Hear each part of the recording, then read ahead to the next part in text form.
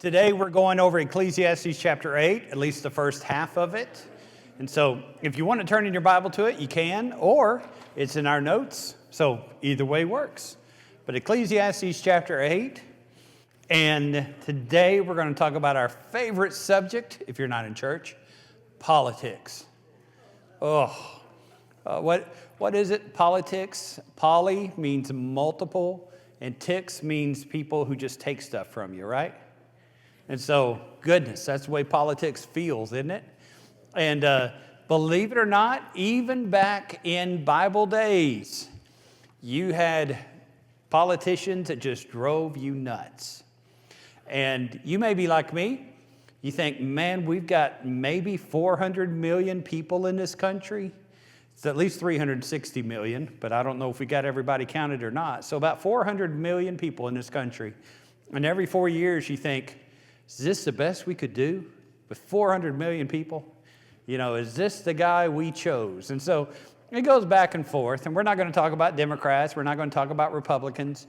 We're just going to talk about politicians. And so many times as the election season cranks up, everybody gets on their side, and their side can do no wrong, and the other side does everything wrong. And once the election happens, sometimes some of those warts and flaws kind of appear. And the question is, how should we as Christians view politics? How should we as Christians view those who are in power over us? Now, of course, the New Testament equivalent would be Romans 13. And even when there was the emperor who would think that he was God, even though when the Romans is written, he wasn't exactly publicly telling everybody, but he was pretty sure he was a God. Even in that case, even in the case where many of the politicians were throwing Christians in prison, Paul writes by the inspiration of the Holy Spirit that we are to honor those who are in charge because God has put them in that place and they do not bear the sword in vain. So that's a little bit of what we're going to see. So go ahead, we'll look at chapter 8. Let's look at the first 4 verses, all right? Who is like a wise man? Who knows the interpretation of a thing? A man's wisdom makes his face shine, and the sternness of his face is changed. I say, keep the king's command for the sake of your oath to God. Do not be hasty to go from his presence. Do not take your stand for an evil thing, for he does whatever pleases him. Where the word of a king is, there is power. And who can say to him, what are you doing? We got the First Amendment nowadays, so guess what we always say? What are you doing, right? And so here we go. All right. So wisdom. Who is like a wise man? You look there in verse 1 of my notes. Wisdom is the ability to see life from God's perspective and then know what course to take. As you and I look at our politicians, we look at them through the lens of our faith in Jesus. Which one of these two, men or women, will help the cause of Christ? As you look at the governor, as you look at the mayor, which one looks the most like Jesus? And so there's that wisdom which is there and that opportunity to see things as they happen. Now, yes, ma'am, Debbie? I have to ask this because it's a big can of worms. Yeah? What if you see corruption in both? How do you honor that? Okay, there's the question. What if you see corruption in both? And let's take that if out there. What happens when you see corruption in both? There is not a party that is perfect from the perspective of Christianity. And so there are many people who say, don't vote. You know, don't even take participation in it at all. Other people say, listen, we're salt and light, and so we need to vote. We need to participate. We need to be that yeast which leavens the lump, which helps. And so that Christian vote is important. And in some ways, both of those views are legitimate. If you look in the history of our fellowship, you've got a fellow named David Lipscomb. Anybody remember David Lipscomb? I'm not saying you're that old, but you've heard of the guy, right? There's a college named after him and such. Lived in Nashville.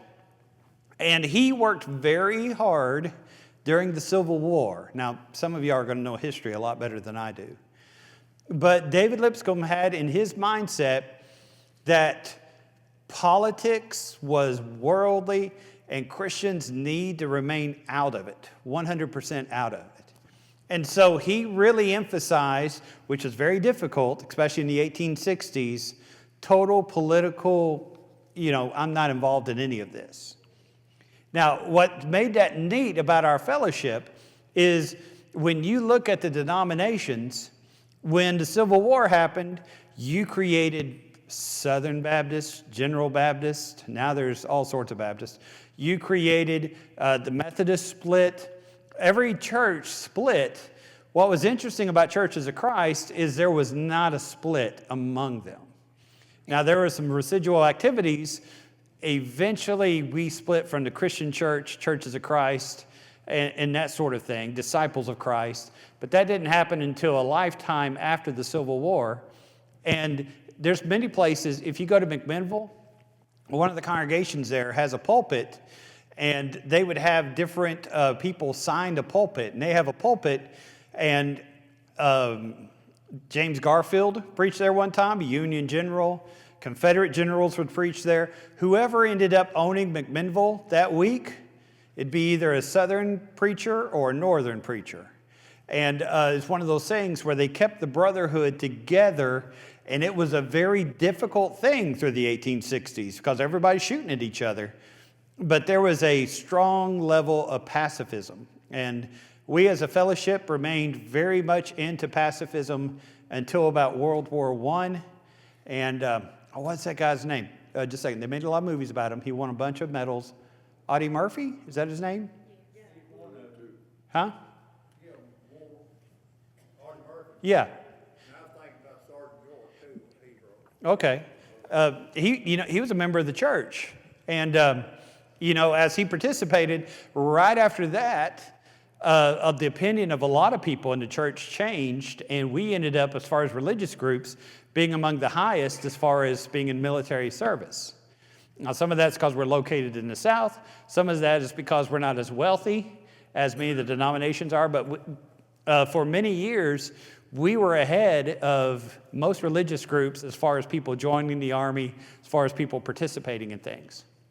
And so there's kind of been that sea change of pacifism in the late 1800s to more participation in politics and more participation in some things such as that as time went on. So there's a little bit of history there. But I'm chasing squirrels. You said, what do you do when there's nobody perfect? Well, you could say, I'm not going to vote for anybody. And that's really legitimate. Or you could say, I'm going to find a person that's the closest to what God would want. And I might have to hold my nose, but that's who I'm going for. And that's legitimate too.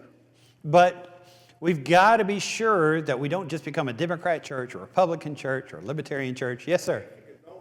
The best of the worst. The best of the worst. Yeah. Yeah. We'll just pick the best of them. Yeah. And that's what our country's founded on. And that's one of the reasons why the Founding Fathers tried to make it where one branch of government didn't have so much power, because their assumption was everybody's corrupt. And so try to make it where not many people can do very much to corrupt the world, with the separation of powers, which we're working with greatly as we go on. Okay, any other comment? We made it past verse 1. Yes. All right. Wisdom's a very rare thing among people, especially in government. Kings are sinners just like every one of us. And in the first century, another bummer, you couldn't impeach a king, could you? Well, it was a very violent way to impeach a king. The Magna Carta wouldn't come until 15 centuries later. After Christ, so even longer than that. You had a king who was there not because he's qualified, but because he was somebody's kid. And so a lot of times you would have the Rehoboams, and a lot of times you would have the next guy who came along that would just be horrible. You've got to understand how to be a God-fearer, how to be a Christian, even in a corrupt world that was going. Okay? So keeping the commandment is true in principle and in prudence. All right? In other words, there are some times where it's just wise to go ahead and keep his commandment, even if you don't fully agree with it, as long as it's not breaking the law of God. Sometimes it's okay to just go along and try to be careful. All right, so that brings me to verse 3 with what Debbie talked about politically, okay? Be careful of your reactions to those in power. Completely walking away from them is dangerous, but being right next to them can be just as dangerous, can't it? All right. You can get called up, and you can, as you're called up, be with them, be doing that work that's with them, and it can cause you to be in a very difficult situation. I got a friend who, in a northern state, they had just elected a Democratic governor, and they invited her to serve on the cabinet. And as they invited her to serve on the cabinet, her very first thing was, you're a Democrat, I'm a Republican. He said, well, I want to have some mixture. I want to have both parties. And she looked at that position and thought, I just can't be associated right here. And he kept saying, but look at the power, look at the things you could do for good. And she just said, this is a very dangerous spot for me to be. We are judged by the people we're around. We are judged by the people that we are friends with. And so, yes, vote, yes, participate in the political process, but be very careful, especially if there's corruption, that you're not caught up in the corruption, that you're not caught up in that area. Yes, sir. Bottom line is just preach the word, do what God tells us to do. And what we stand for cannot take sides with one political party or idea or the other. Just be the church and preach the word. Be the church, preach the word. We had here a couple, 3 or 4 years ago, we had the alcohol sales passed here in Martha County. I thought we did a very good job of the way we approached that. We did not get involved politically. Mm-hmm. We just preached the word. Yeah. You just speak about Christian principles and Christian things. There's a fellow in the Old Testament named Daniel. Daniel in several governments ended up second in charge. The very first person he was with, Nebuchadnezzar. Nebuchadnezzar, evil man. Made a statue to make himself God, right? Daniel chapter 3. Daniel participated in government, but Daniel never was brought to the point where you could not see the difference between Nebuchadnezzar and Daniel. He was still faithful to God in every circumstance, wasn't he? Now the Babylonians fall. Here is King Cyrus of the Persians. Daniel is still in that position. He's still very important because he speaks for God, but he allowed there to be distance.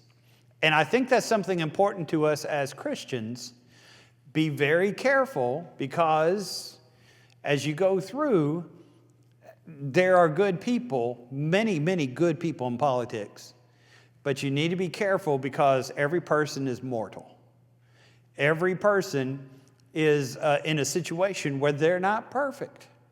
And the way our government or political system works, there is a lot of money being made to do background checks, to find just one little small thing, to destroy a person for whatever reason it may be.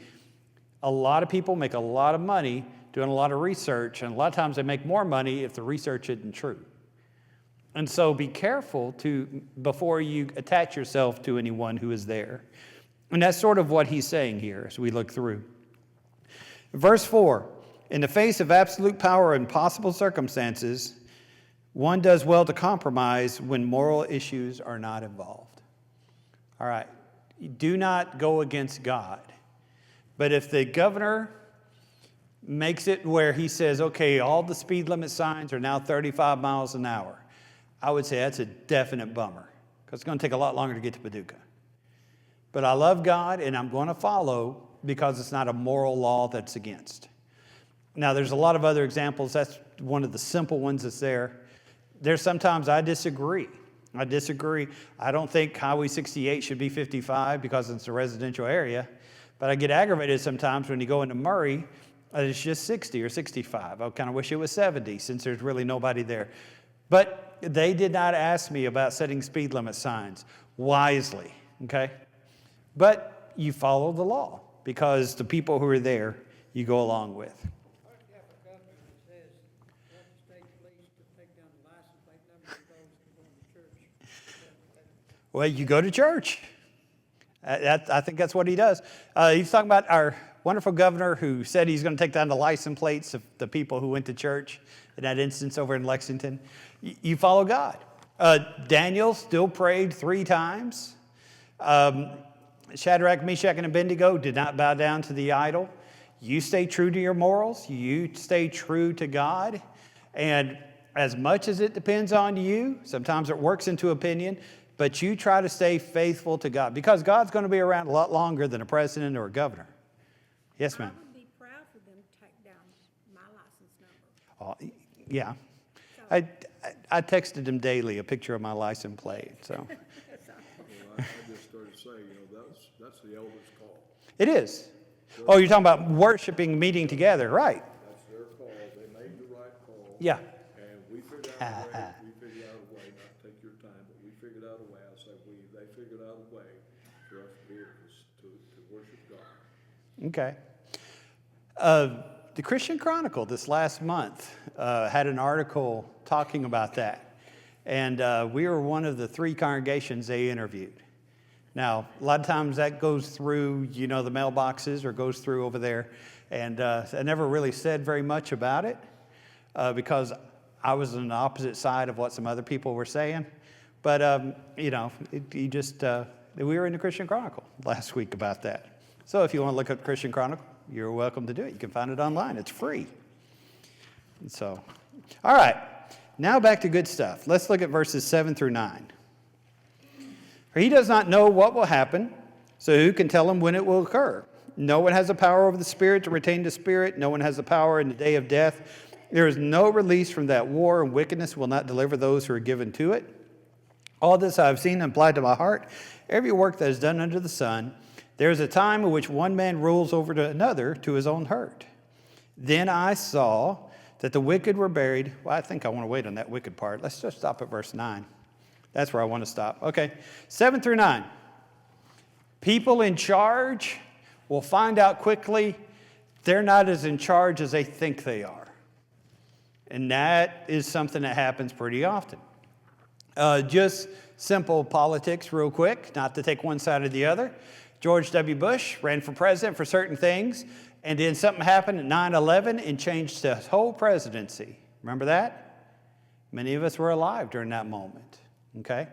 Donald Trump was running the government in a certain way when she wanted, and then a virus came, and that changed everything. It changed the whole view of everything that was there. One thing that happens, the president is not as in charge as he thinks he is. And the governor is not as in charge as he thinks he is. And as a matter of fact, I'm not as in charge as I think I am. Okay? I've got several kids and grandkids who seem to rule a lot of things in my life, right? All right, we're not as in charge as we think we are. And so even the king has to realize he's not in charge. He can't control the weather. He can't control these other things. We cannot control who is in charge of all those things which is here. And so when we think we rule alone, we get hurt. What is it that Tolstoy and others, it's attributed to a lot of people, absolute power corrupts absolutely, right? Okay, when you think you're in charge and nobody can tell you what to do, you're headed in a very bad situation. So realize you still answer to God and realize God is still in charge of you. All right, now let's go to more fun stuff, talking about dead people. Then I saw, verse 10, the wicked buried, who had come and gone from the place of holiness, and they were forgotten in the city where they had so done. This is vanity. Because the sentence against an evil work is not executed speedily, therefore the heart of the sons of men is fully set in them to do evil. Though a sinner does evil 100 times and his days are prolonged, yet I surely know that it will be well with those who fear God and who fear before him. But it will not be well with the wicked, nor will he prolong his days, which are but a shadow, because he does not fear before God. There is a vanity which occurs on earth, that there are just men to whom it happens according to the work of the wicked, Again, there are wicked men to whom it happens according to the work of the righteous. And I tell you again, this is vanity. All right, now you look there in verse 10. You see some people who are wicked, and they have a beautiful gravestone. Sometimes there's a great monument built toward them. And these people who have done so many great things, they're honored as they have their funeral. It's a huge thing. Back in 1992, I think, I went to Russia for about a month and a half and worked in some mission work and such. And we had a free day in Moscow and we'd just flown in. And of course, I went to Red Square, got a chance to see Lenin. And they have a tomb there. And they have preserved his body. The man was only like this tall and covered with wax because he hadn't been cleaned. He's been cleaned since then. But he's got a huge building there on Red Square. Even though he murdered thousands, maybe millions of people, a lot of people honor him. A lot of times we don't realize it's not the funeral that fixes somebody, it's the life. It's the life that fixes somebody. Luke 16, rich man and Lazarus. Rich man died, had a great funeral, was buried. And of course, Lazarus died, and we don't read about a funeral, but you do read the angels carried him off into paradise. You see, the rich man didn't see his funeral that we see of. He just awoke in torment. And so it's our lives that matter. It's not the end that matters. Even though we try to make a big deal, spend a lot of money on big gravestones, and do a lot of things trying to make people notice, that's not what really matters. Now, verse 11 is an issue I think we have in our country. Delayed justice is denied justice. We run into trouble a lot of times in our country because with the death penalty, we end up having a very sympathetic-looking grandfather that needs to be put to death when he committed a crime as a teenager or as somebody in his 20s, but you wait so long, you forget the sin. You wait so long, you forget the things that have happened, and you wait so long, there's no longer a sense of deterrent by the execution that might happen. And one of the ways in which our government, I think, messes up is in judgment, we wait too long so that there's not the detriment here. And that's one of the things he's talking about. Just because you're not judged today doesn't mean judgment will not come. And even when you get away with something, God still sees and will judge it on the last day. And so what he's saying in this section is recognize the immediate effect is not always the right effect. Evil people have big funerals. Evil people may be able to escape judgment, may be able to escape what the police or whatever else might happen. Evil people may be popular, but it's God who sees, and God will set everything right in his own time. And he will set things right even when the king is, what's the technical term? Nincompoop. All right? Even when those who are in charge are not ruling the way they should. And that's a tough part. All right, let's look at verses 14 through 17. There's a vanity which occurs on earth. There are just men to whom it happens according to the work of the wicked. Again, there are wicked men to whom it happens according to the work of the righteous. I say this is a vanity. So I commend enjoyment because a man has nothing better under the sun than to eat, drink, and enjoy his labor all the days of his life, which God gives him under the sun. When I really studied and applied my heart to know wisdom and see the busyness that's done on earth, even though no one sees sleep day or night, then I saw all the work of God, that a man cannot find out the work that is done under heaven. For though a man labors to discover it, yet he will not find it. Moreover, though a wise man attempts to know it, he will not be able to find it. All right. Tempted and tried, we're oft made to wonder why it should be thus all the day long, when there are others about us living in pleasure, never molested, though they are in the wrong. Right? Remember that song? Farther along, we'll know all about it. Farther along, we'll understand why. Cheer up, my brother. Live in the sunshine. We'll understand it all by and by. There are times when evil people receive the fruit of good things. And there are times where good people receive the fruit of evil things. You can have a guy who is a drunk driver. He has a wreck and he dies. Maybe he deserved it. That's a consequence of his actions. But what about the car that he runs into with the sweet teenager who was not drinking, who was not disobeying any rules? She was just in the wrong place at the wrong time. We say, well, God, why would you do that? Why is it that evil people sometimes seem blessed? And why is it that good people sometimes have terrible things which happen to them? What is the deal back and forth when you see these things going on, when these things are going on? And you see it a lot, which goes on. And the best answer? Don't know. I cannot tell you exactly why. There's the old story. We used to quote it all the time, not as much, so I'll pretend I made it up. But it came out of India. You had 5 blind men checking out an elephant. You remember this? 5 blind men. Somebody said, the king, to try to show it an illustration, said, I want you to go over to that beast, and I want you to feel it, and then I want you to tell me what that beast is like. Describe it as if you could see. The first man comes, and he hugs a leg, and he says, well, an elephant really is just like a tree. It's long, it's straight, it's rough, like the bark off a tree. And so an elephant and a tree would look exactly the same. Another one comes by and grabs the tail, and he says, well, an elephant's really just a rope. Another one comes and he pulls on the ear, and he says, well, an elephant's really like a bed sheet. You could probably make a bed with an elephant. Another person comes over and, of course, grabs the tusk and says, well, it feels like a rock. Another person grabs the trunk, and he talks about how flexible it is. And all 5 of these men are convinced that is the identity of an elephant. Well, each one of them were sort of right from their perspective.